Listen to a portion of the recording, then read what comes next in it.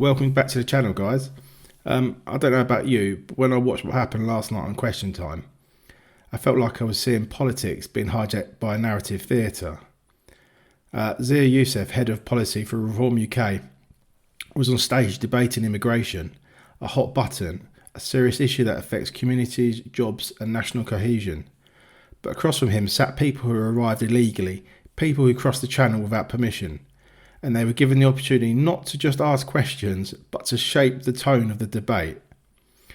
Remember, this was an immigration special, and yet, instead of hosting lawful residents, taxpayers, working families, the show featured individuals who bypassed every legal pathway, who deliberately broke the rules to get here. Yusuf pointed this out, asked how on earth it was appropriate for people who broke into this country illegally to suddenly get a front row seat in deciding the country's future. He didn't just call it unfair, he called it a scandal.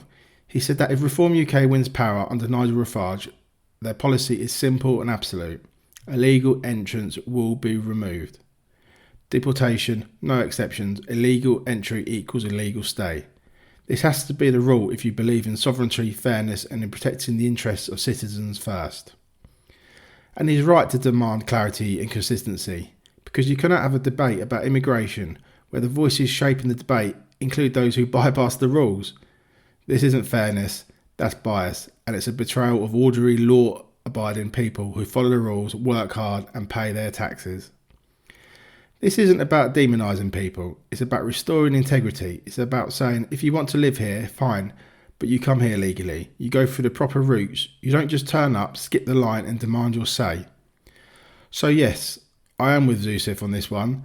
I want a system that respects law, protects borders and says loud and clear, illegal migration is not a bargaining chip, it's a problem.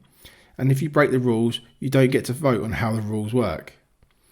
If you care about what kind of country Britain becomes, one built on respect, fairness and order, then we need to draw a line. Because letting lawbreakers set the terms will only erode trust, punish the honest and strain everything from jobs to community cohesion. Let's be honest, that's not compassion, that's chaos.